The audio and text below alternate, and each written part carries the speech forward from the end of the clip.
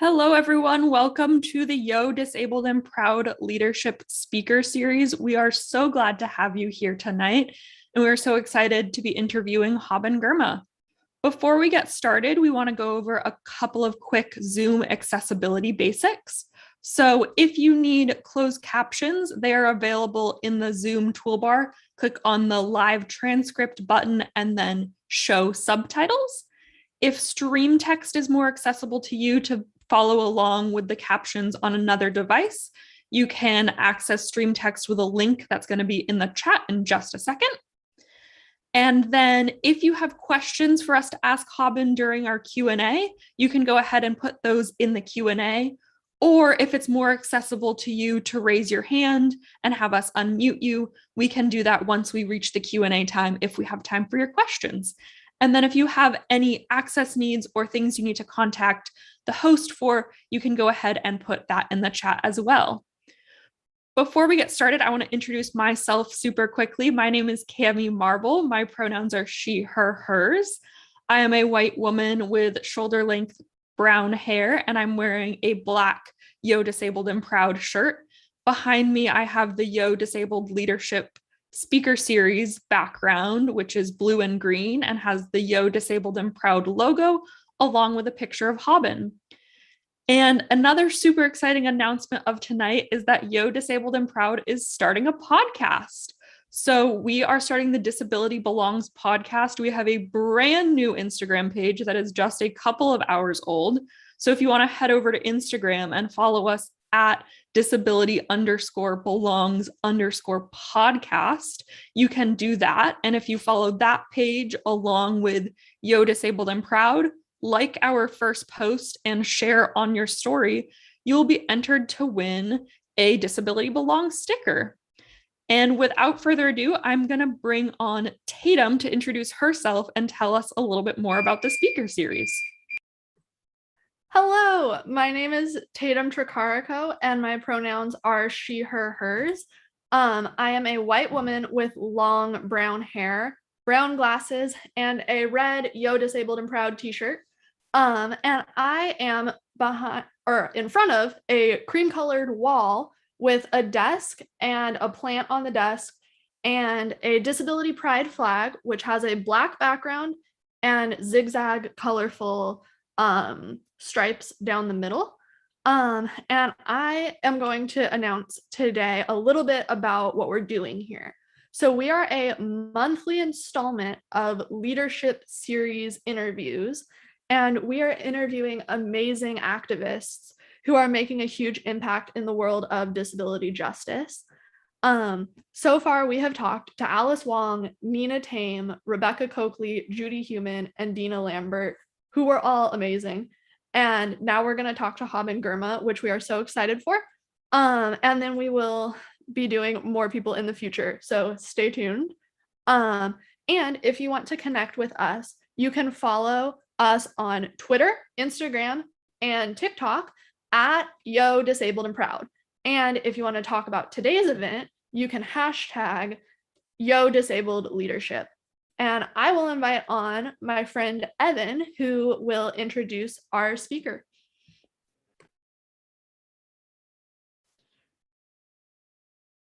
Hello, everyone. I'm so honored today to be able to invite to have with us our guest Haben Girma. She is the first deaf-blind person to graduate from Harvard Law. She is a human rights warrior, an author, a White House champion for change, and the list of achievements can just go on with days. But she's also won the Helen Keller Junior Award, and she's on the furry list and the Tribal Hunting Trust. You can follow her on Twitter at Haben Girma or on Instagram, Haben Girma, all one word. And now I have to see. I don't even think I introduced myself. So now I think let me back up. Before I bring on Haben, I'm going to introduce myself. I am Evan Milburn. I'm blonde hair, blue eyes, Caucasian male, with a purple Yo Disabled Leadership Speaker Series background. And now I would like to bring on our esteemed guest, Haben Girma.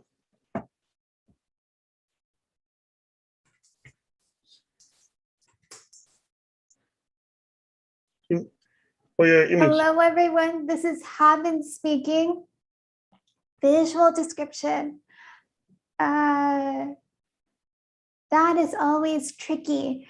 So, the wall behind me is sometimes blue, sometimes gray, depending on the lighting in the room. And I'm wearing a multicolored dress. I'm a Black woman, long dark hair. My pronouns are she, her. Let me talk a little bit about visual descriptions. There's a lot of discussion in the blind community. There's some people who feel, who cares? I don't care what that person looks like. Just get to the point. And then there are other people who feel, actually, I'm curious. Where is she? What's in the background? What's she wearing? And it should be the individual's choice to do something with that information or reject it. Just like sighted people have access to visual information all around them all the time. And sighted people can ignore a lot of the visual details and choose to just ignore them. But if you're not given that information, you don't even have the choice to not care, to just ignore it. So if information is being given to sighted people, it should also be given to blind individuals. And then blind people can use their own decision-making skills and agency to choose what we want to do with that information. It's also about context.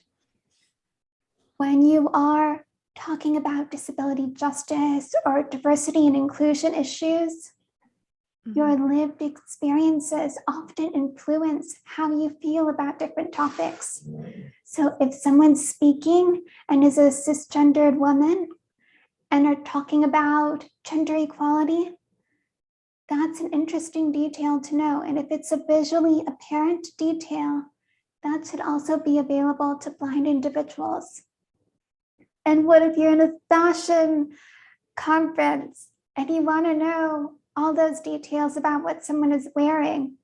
You should have access to that information. So context matters in terms of how much we provide, whether we spend an hour on what they're wearing or just bypass that altogether. How's that, Evan? That's perfect. Yeah.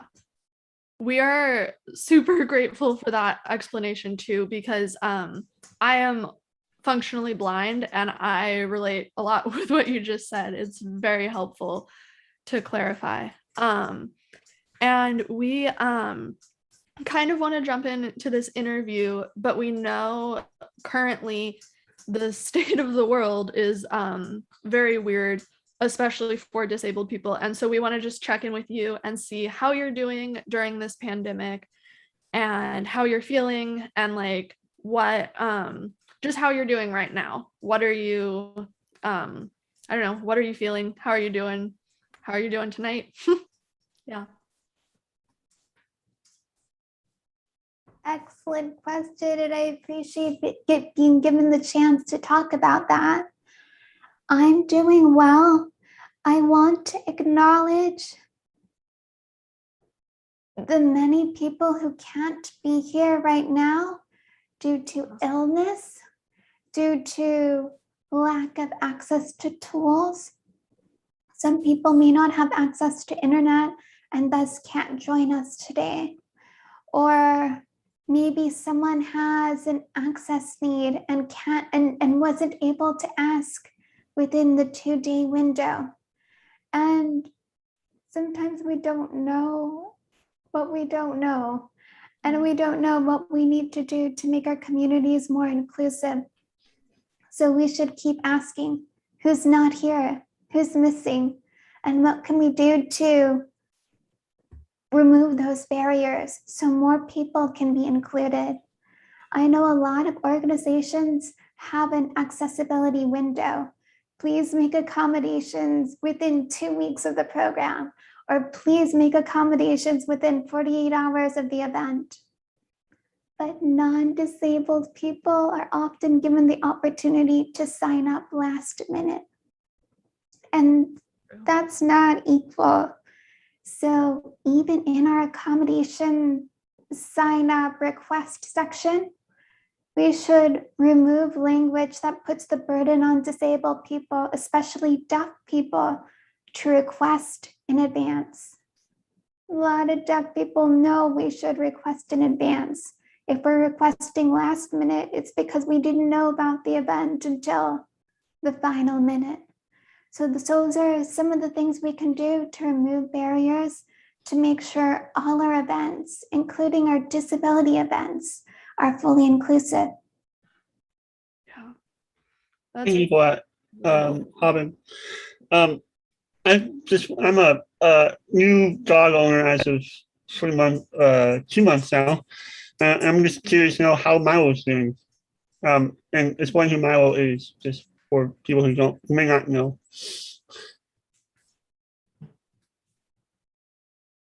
Milo is my seeing eye dog. He turned 5 earlier this month. He's doing well. He's not a huge fan of the warm weather in California because he has a long fur coat. But he's doing well. He likes to hang out in front of the AC. Awesome. Yeah, thank you for that. And I kind of want to lead into our next, like our first maybe main question of this with, first of all, just a thank you for the note on accessibility. I totally agree. And that is something that we definitely need to work on here. And we'll make it, I think I can speak for us when I say that we can definitely make that a priority, because access is so important. And we are wanting to talk with you a little bit about accessibility as it relates to education. And this is a really interesting thing for me, first of all, because your book was the first book that I engaged with that talked about disability justice at all. And so it was absolutely formative at a time in my life where I was experiencing a ton of ableism within the education system. And I continue to experience a lot of ableism within the education system. And I'm currently working with the graduate school that I'm attending to work on accessibility things. And I just recently started school and have had a significant amount of issues both in undergrad and in the graduate program. And so I just have really appreciated in my own life your the power and the grace, I guess, in which you like talk about those things. And so I would love to sort of hear your thoughts on how you've experienced ableism in the education system and sort of what advice you would give to people, maybe people like me, who are in the education system who are not getting the access that they are hoping for and that they need. So kind of a two-part question, but excited to hear your thoughts.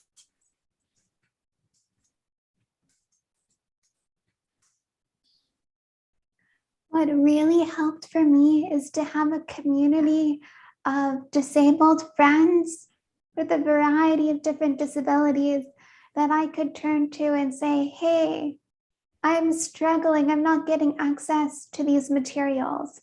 Or, I have no idea what the professor is saying. What can I do to gain access to this audio information? And not everyone has the answers, but collectively the community has the answers. So by continuing to talk to friends and build new friendships within the disability community, I had an incredible resource that helped me deal with the ableism at school. The school puts the burden on the disabled student to remove barriers, and that's not right. It's the school's responsibility to remove barriers.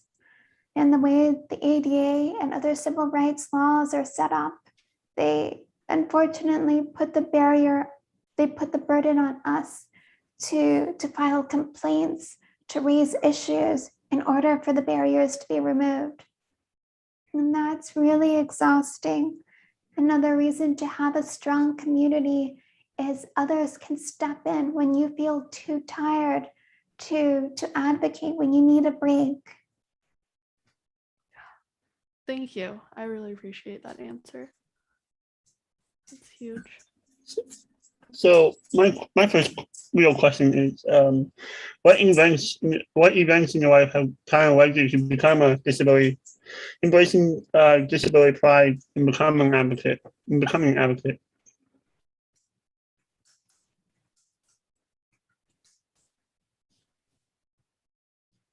I spent a lot of time with other disabled people at camps and conventions. That's an amazing space to build up disability pride. How about you, Evan? How did you build up disability pride? Wow, I didn't expect that question to come back at me, but in San Jose camp, actually, I think growing up and going there, I think that kind of helped instill disability pride. That and a big wave group, housing group out in Haben Girma that I'm working with. But I guess I can pass it on to Tatum. Yeah. For me to answer this question, Yeah. I think kind of in a similar way that you were saying, Haben, of connection with community. Like, I think I don't think I would have been able to find disability pride if it weren't through community. And for me, especially community within Yo and within my friend groups, but specifically even through books and community online and like reading people's work has been really huge for me too. So I think that's been a really cool thing in my life.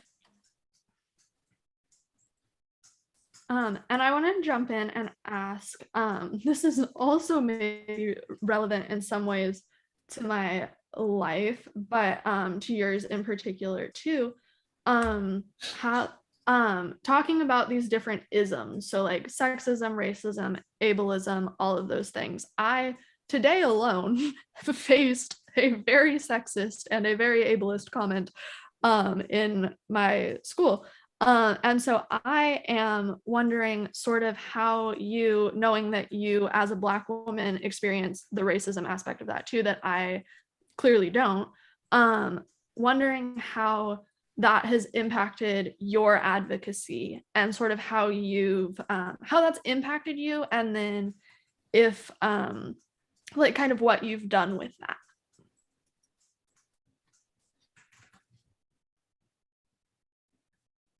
It's hard to know when discrimination is happening because of the color of my skin versus because I'm disabled versus because I'm a woman. People, when they are being racist or sexist or ableist, usually don't declare it and say, I'm being racist or sexist or ableist. Yes. It's a variety of things happening. And over time, after experiencing it over and over again, you start to notice, you pick up on the patterns, you get a sixth sense for it. Mm-hmm. So that's kind of what happens. I want to check in. Is it okay for me to ask questions of you too? Or will that create stress? Because I don't want to make anyone anxious or uncomfortable. I'm okay if you do for me, Evan. Personally, I'm okay with it. No, yeah. it just, I'll admit it caught me off guard at first, which is my fault, more or less. There's nothing against you, Haben. You have my permission to ask questions.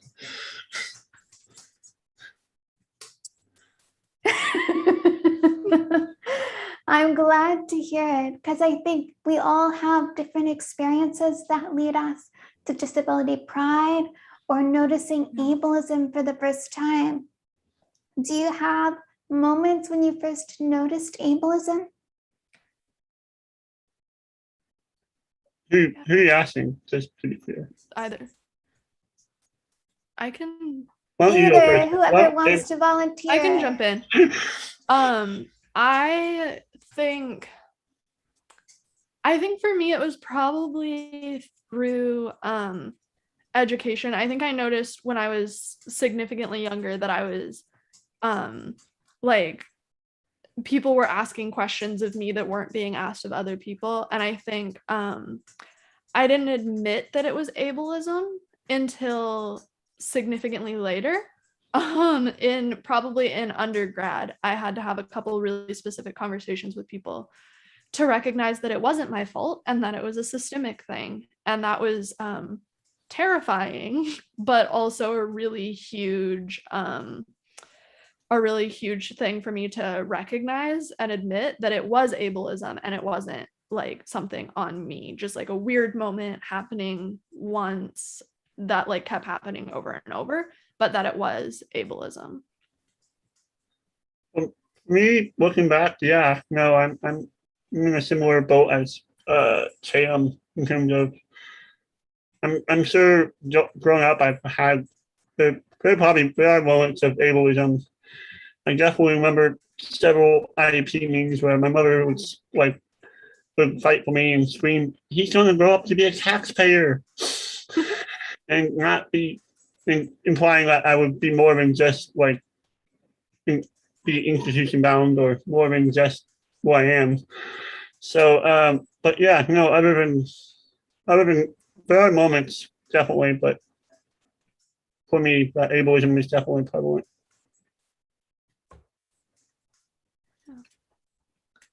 Yeah, and I think, yeah.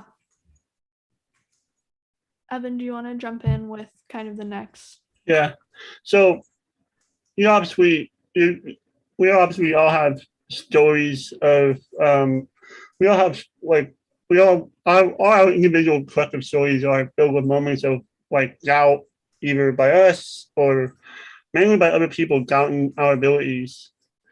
Like Deanna Lambert, our previous speaker, definitely talked about hers, but I was wondering if you had how do you combat that, Haben?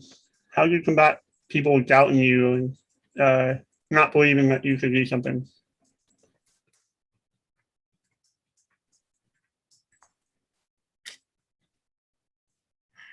People believe I can't do something every single day. And it's everything from, uh-oh, is she gonna run into that tree? How does she know there's a tree? Yep. To, can she read emails? Can she type? And often they say these things not directly to me, but to people around them, assuming I can't speak for myself. So even after law school, it's still happening, which tells you how much ableism there is in this society. And I try to tell myself they don't have the educational opportunities that I've had. We all start out with some internalized ableism. Disabled people, all of us, I feel, have some internal ableism that we're continually fighting. And I knew I had some when I was younger. And the more time I spent with other blind people, other deaf people, disabled people, I was able to notice ableism and work on fighting it both internally and externally. So I've had a long education in disability justice, and most people around me have not. So I try to frame it as them not having the educational opportunities that I've had. And we're all on a journey to better ourselves. Some are further along on the journey than others. That's really helpful.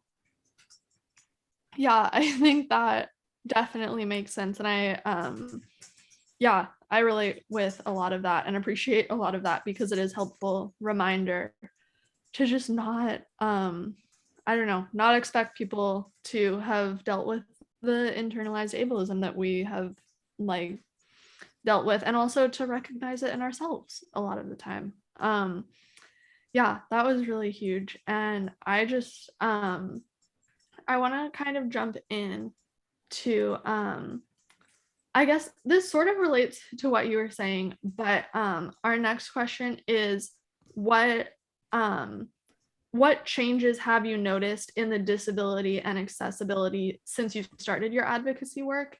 And then what changes are you still hoping for? So I think kind of as we like do that inner work of changing like our own internalized ableism, we even probably recognize more of the things that we hope should change in the world around us. I'm speaking for us, I mean myself. But I am wondering what you've already noticed changing, especially in like, because you are a lawyer, and like what that, if that has had any impact on it, and then how you are hoping for change in the future.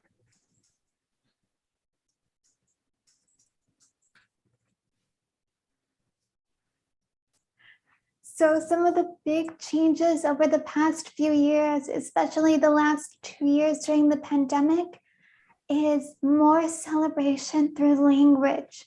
More people are saying disabled. More people are comfortable with the word disability, even within the disability community, because you know how diverse our community is. There's still many arguments about how to identify, identity first or people first.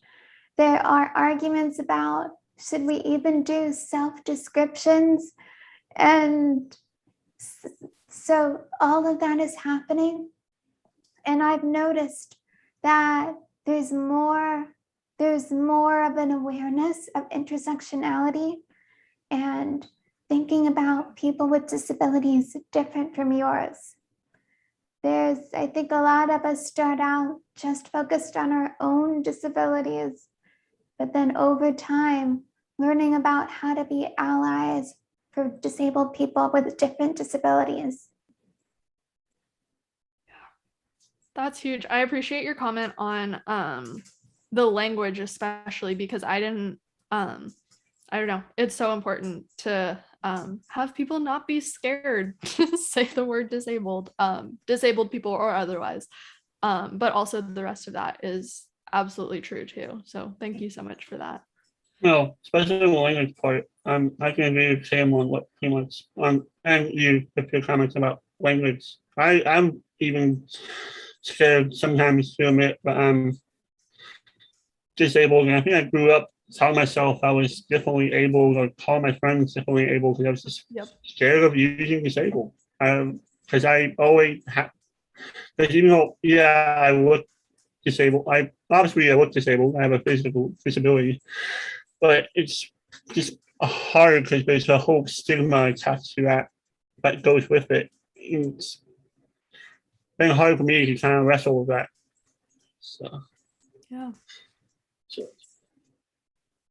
But what about you? Did you feel like it's really hard? Go ahead.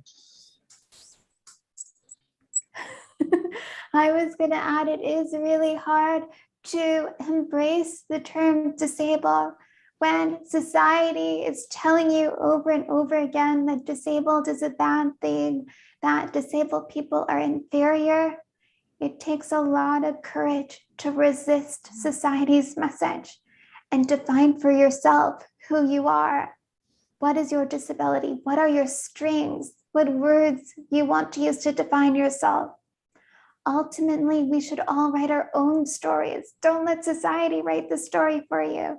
It takes more courage to write your own story rather than passively accepting society's story for you. Yeah, I love that. And I think similarly, I jumped onto the bandwagon of the word disabled because it felt that way for me. It felt like I was sort of reclaiming this term, not even reclaiming, but just like honoring this part of myself that I thought was really, really powerful. But I also had several other people tell me that I should not be using that term. So I just really appreciate the conversation around that and how different it is for everyone too.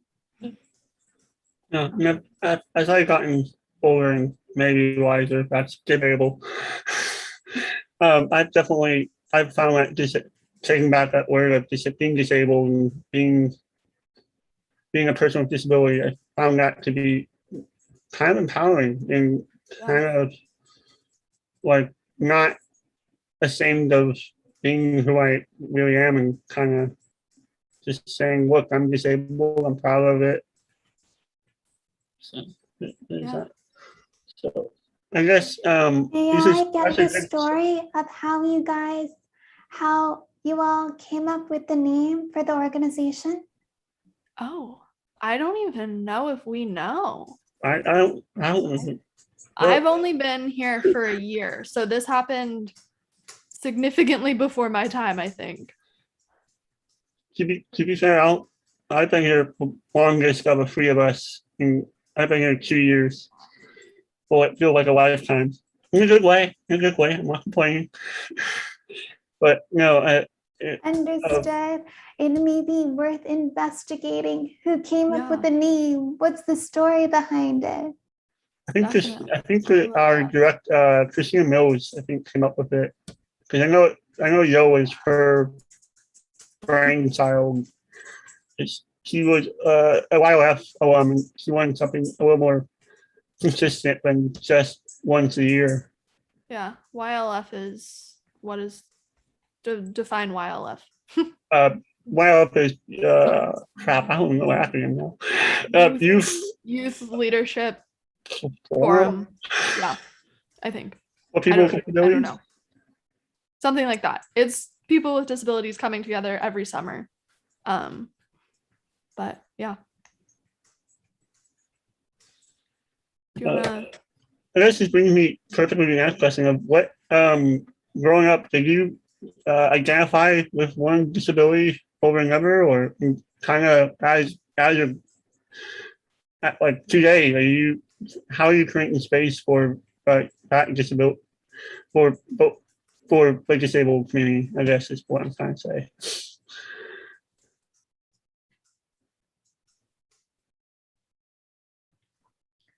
So I attended an elementary school with a resource room for blind students. So I identified more with blindness at the beginning because those are the disabled kids I was surrounded with. Then later in middle school and high school, there was also a resource room for deaf students. And I started learning some sign language, learning more sign language and connecting more with deaf students. And over time, I started to develop the identity as a deaf-blind person, not just a blind person or a deaf person.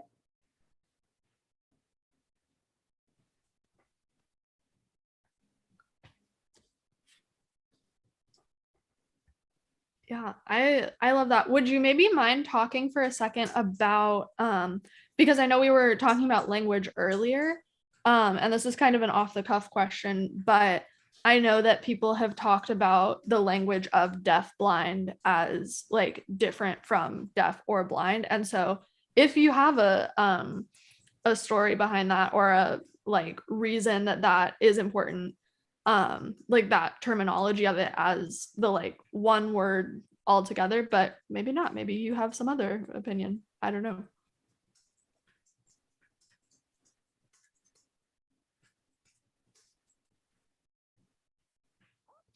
Language evolves over time, and I think early on, people said something like deaf, mute, and blind, or deaf, blind, and dumb. That's what they said. Oh. And I think everyone could understand that that was offensive and no one would want to be called that today. Yeah. It changed over time, and then it became deaf and blind. Then it was shortened to deaf-blind. And I think today, the dictionary still says it should be deaf-blind. And publications like the New York Times have asked me if they could change it, like when I'm writing an article about myself. And we had to go over, do we put the hyphen in or not? Yeah. And the deaf-blind community feels that it's a singular identity. It's not deaf plus blind. It's deaf multiplied by blind. and it's a unique experience. There's protactile, there's haptics, there are cultural things that are unique to the deaf-blind community, separate of the deaf community and separate of the blind community. So that's one of the reasons that people ask for the hyphen to be removed, to treat it as one singular thing, and also capitalize the D. And others say also capitalize the B, because it's not just a medical condition, it's also a culture. Awesome. I love that. And we're gonna we have hit the marker for our Q&A time now. Yeah, but before that, we actually have an answer to your question. But your origin. Actually, we have a Yo alum in the audience with us who gracefully answered the question. She said, they say, from a Yo volunteer here, I believe my name was created because it was a way to empower disabled youth and be proud. I think Christina, when she's referring to Christina, she's referring to Christina Mills, our director of CFLC. And I've discussed about how she wanted to put the word disabled to change how the word was perceived. So there's your answer of how Yo disabled and proud can you be.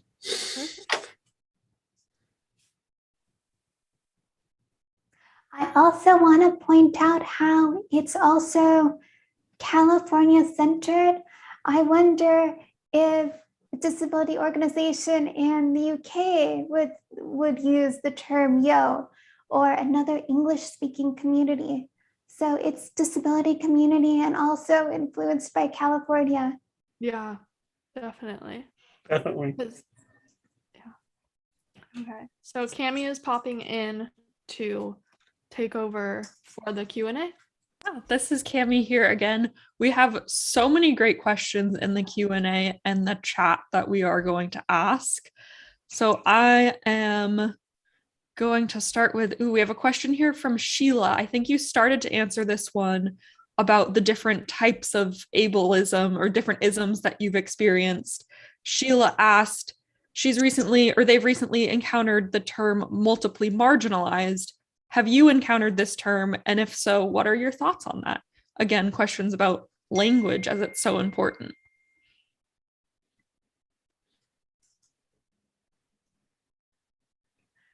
I have encountered that term, and I've also encountered the term minority groups.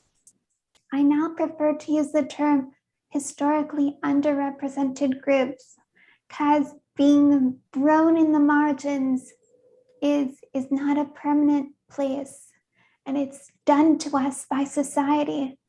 So I feel like historically underrepresented helps pinpoint the fact that this is something that's been happening in the past, and it does not need to join us in the future.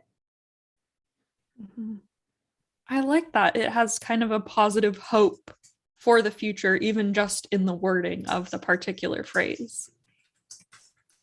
We have another question here from Alexia, who says, what do you think are the differences between grassroots advocacy versus legal advocacy? And as a lawyer and advocate, how do you think these two approaches to disability justice can go hand in hand?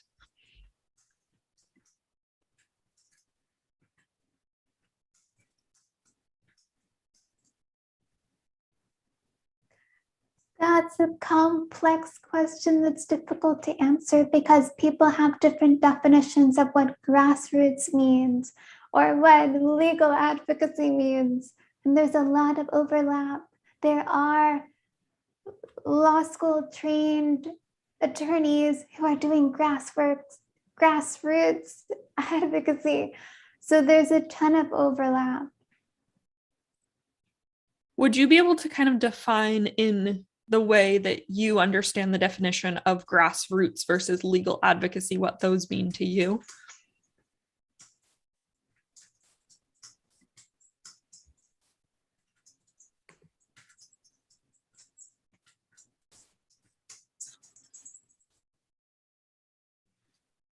So legal advocacy for me means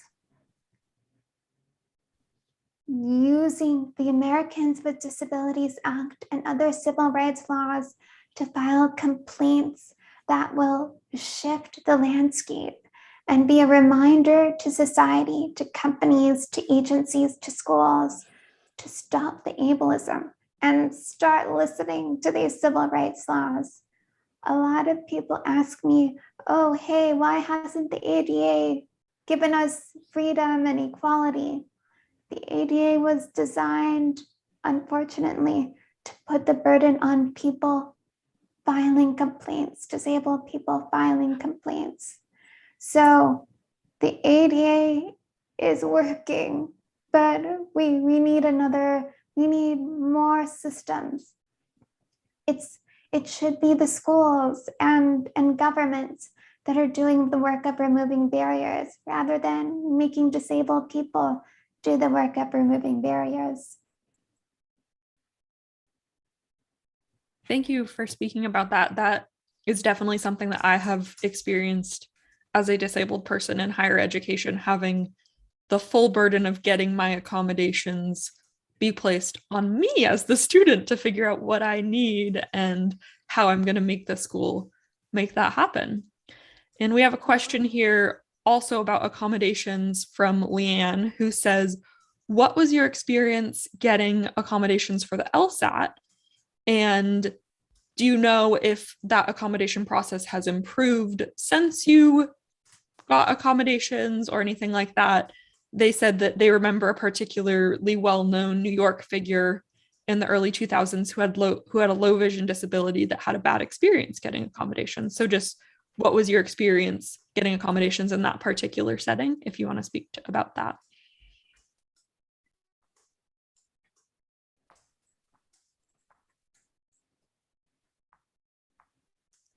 I had an easy time requesting accommodations for the LSAT and for the bar exam. And a huge part of that is because several years before I applied, other disabled people filed lawsuits and complaints to remove barriers. So by the time it was my turn, the path had been cleared. Has it gotten better since then? There's still so many problems. And as things move online, a lot of those moving them online are not thinking about accessibility. So there are barriers online, and it shouldn't be that way. It's possible to design accessible websites, accessible testing tools, and accessible study prep materials, but not enough people are working on that. Yeah, that's interesting. It's about having accessibility built in from the beginning, so that's not just an afterthought when we move online. Oh, wait, now we need to make this accessible. How do we do that? And we have a question here from Sarit, who says that they are a Lewis and Clark College alum and they started the Disabled Student Union on campus. Oh, Thank cool. you for all of your work that you've done on that campus. And how did your time in college influence your work today? I think that's a particularly relevant question as us interviewers are in college or grad school, and many of the people watching are as well.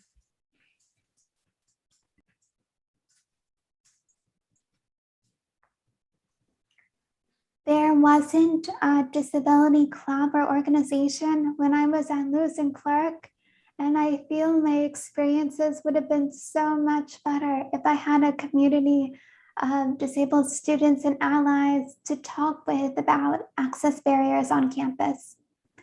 I had lots of positive experiences.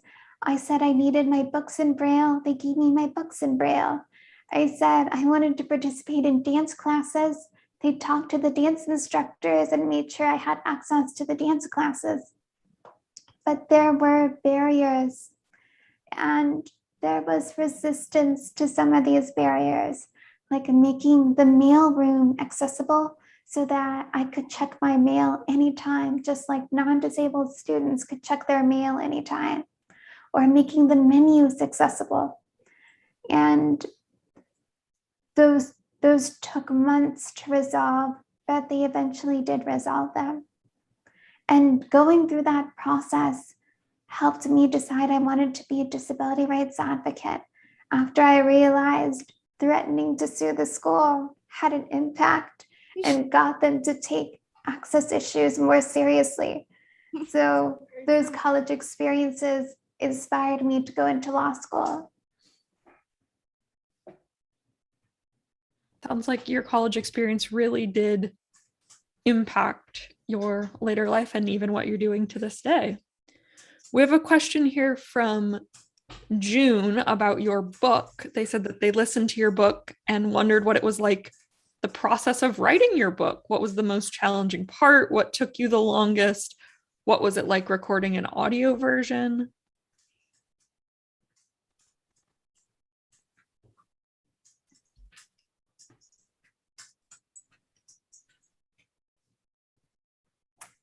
The audio version was fun. I love reading and I love my stories. I specifically chose those stories because I enjoyed them and found them impactful.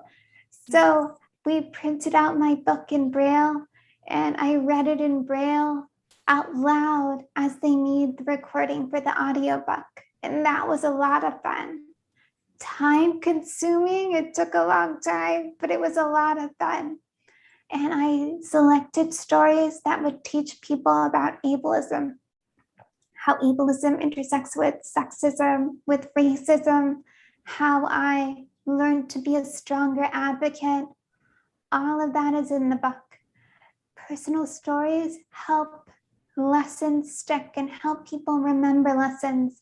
So I knew it would be a good way to teach people and introduce people to ableism. Thank you for sharing that. We're getting close to our time limit tonight, but we have someone with their hand raised that's going to unmute and ask a question. So Miguel, do you want to come on and ask your question?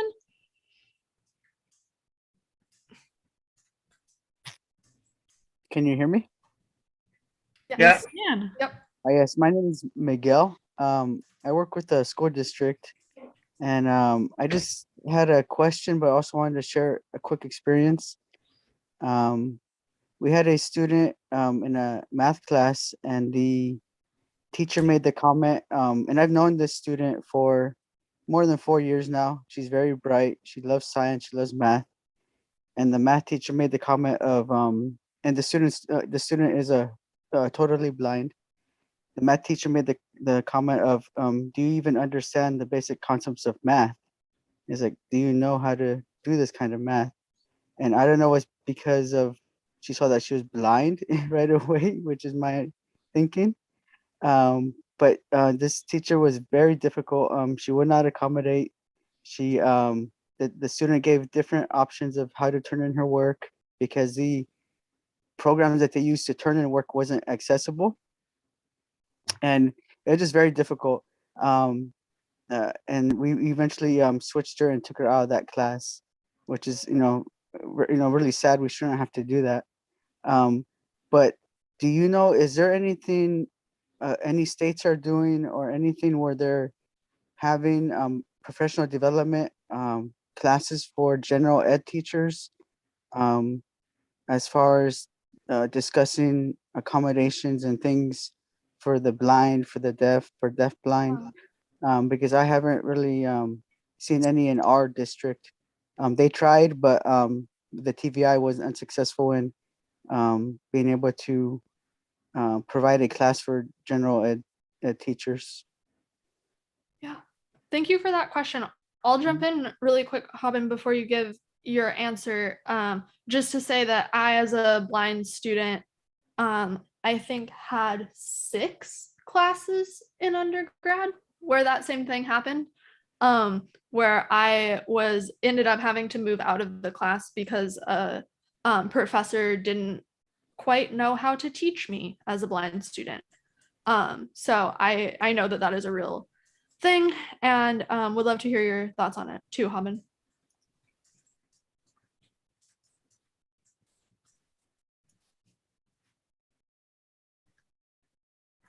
Apologies. One moment. I'm having tech issues on my end.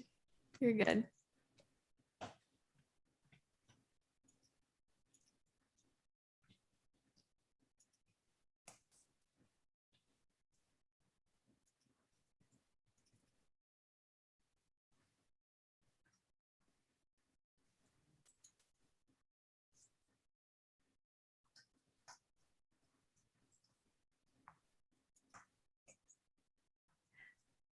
So we're back now. I was using a keyboard and needed to switch keyboards. So Okay. Can you summarize the question? Yes. I can jump in and summarize it really quick. He was saying that a student in the school district that he works for received like a comment from a teacher that was like very ableist and problematic, and eventually had to get removed from the general ed class into, I think, another class. And I had said that I've had a very similar experience, I think in 5 or 6 different classes in undergrad. And so I too am wondering, but his question was, do you know of any particular things that school districts can do to educate their general education teachers? Do you know of any particular programs, or even I'll extend it a little bit and just say, do you have any advice in that area?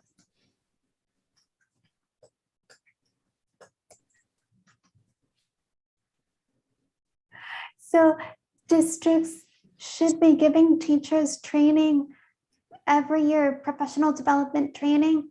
And I think ableism, identifying, noticing, and addressing ableism is not being a part of that. So that should be addressed. And along with that, there should be more emphasis on having disabled students get math and science training, because too many of us are discouraged and turned away from math and science courses. I've experienced that. Many people on this call have experienced that.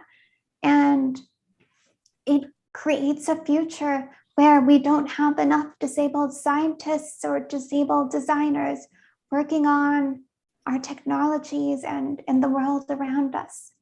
So ableism is going to continue in the future if we don't get math and science training to disabled students today. Thank you so much for that. That's so interesting and ties into our last speaker that we had. So we are getting really close to the end. So I think we have our final question here, which is from Matthew, who asks, what advice would you give to people working to be an ally or to become a part of the disability justice movement?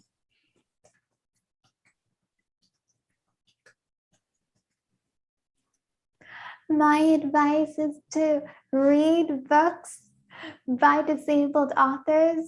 My book has already been mentioned. Another good one is Disability Visibility by Alice Wong, which features a variety of different voices from the disability justice movement. I also recommend watching Crip Camp, the documentary. Those are so many great resources. Thank you for sharing. I think emphasizing what you said, listening to, reading, finding content by disabled creators is so important to understand really people's experiences. So it looks like we are ready to wrap up for the night. Thank you so much, Haben, for being with us tonight and sharing your stories. It's been wonderful to have you.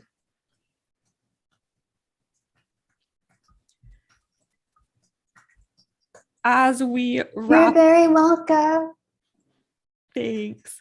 As we wrap up, we want to thank you all for coming tonight. As a reminder, you can follow us on Instagram, Twitter, and TikTok at Yo Disabled and Proud. And next month on Tuesday, October 19th at 6 p.m., we will have our next installment of the speaker series with Eric Harris, who is the Director of Public Policy at Disability Rights California. He's a board member for the Resources for Independent Living in Sacramento, and he is a founding member of the Sacramento Rolling Kings. He will be coming to speak with us next month, and we have a link to register for that event in the chat. Thank you all for joining us tonight. As you close out this meeting, a Survey Monkey link will come up to give us some feedback on how we did tonight. Thank you all for coming. I hope you have a wonderful night, and thank you, Haben, for joining us. Yes, thank you so much, Haben. We really, really appreciate getting the opportunity to do this with you and to learn from you as well. It was really lovely.